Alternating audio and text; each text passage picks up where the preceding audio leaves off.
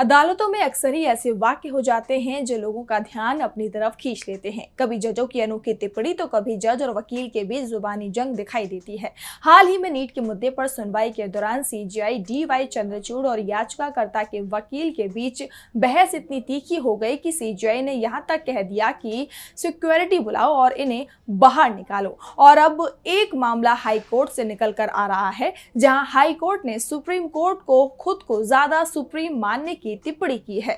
तो क्या है पूरा मामला, जानने के लिए देखिए ये रिपोर्ट। जज और वकीलों के बीच नोकझोंक से परे अब हाई कोर्ट और सुप्रीम कोर्ट के बीच नोकझोंक जैसा वाकया सामने आया है, जिसे लेकर चर्चाएं काफी तेज है। पंजाब हरियाणा हाई कोर्ट ने सुप्रीम कोर्ट को लेकर बड़ी टिप्पणी की है। कोर्ट ने कहा कि सुप्रीम कोर्ट की हकीकत में खुद को ज्यादा सर्वोच्च मानने की प्रवृत्ति और हाई कोर्ट को संवैधानिक रूप से उससे कम उच्च मानने की प्रवृत्ति है। दरअसल सुप्रीम कोर्ट ने हाल ही में पंजाब और हरियाणा हाई कोर्ट की अवमानना पर कार्यवाही के आदेश पर रोक लगा दिया था, जिस पर हाई कोर्ट ने नाराजगी जाहिर की है।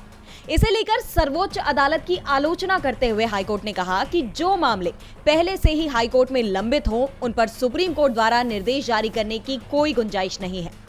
न्यायमूर्ति राजवीर सहरावत की पीठ ने कहा कि मनोवैज्ञानिक स्तर पर देखा जाए तो इस प्रकार का आदेश मुख्य रूप से दो कारणों से प्रेरित होता है।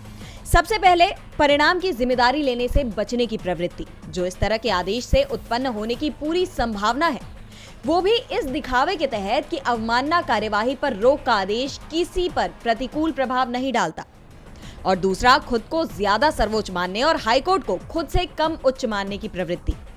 हाईकोर्ट की इस टिप्पणी ने सबका ध्यान अपनी तरफ खींच लिया है। डीवी लाइव की रिपोर्ट।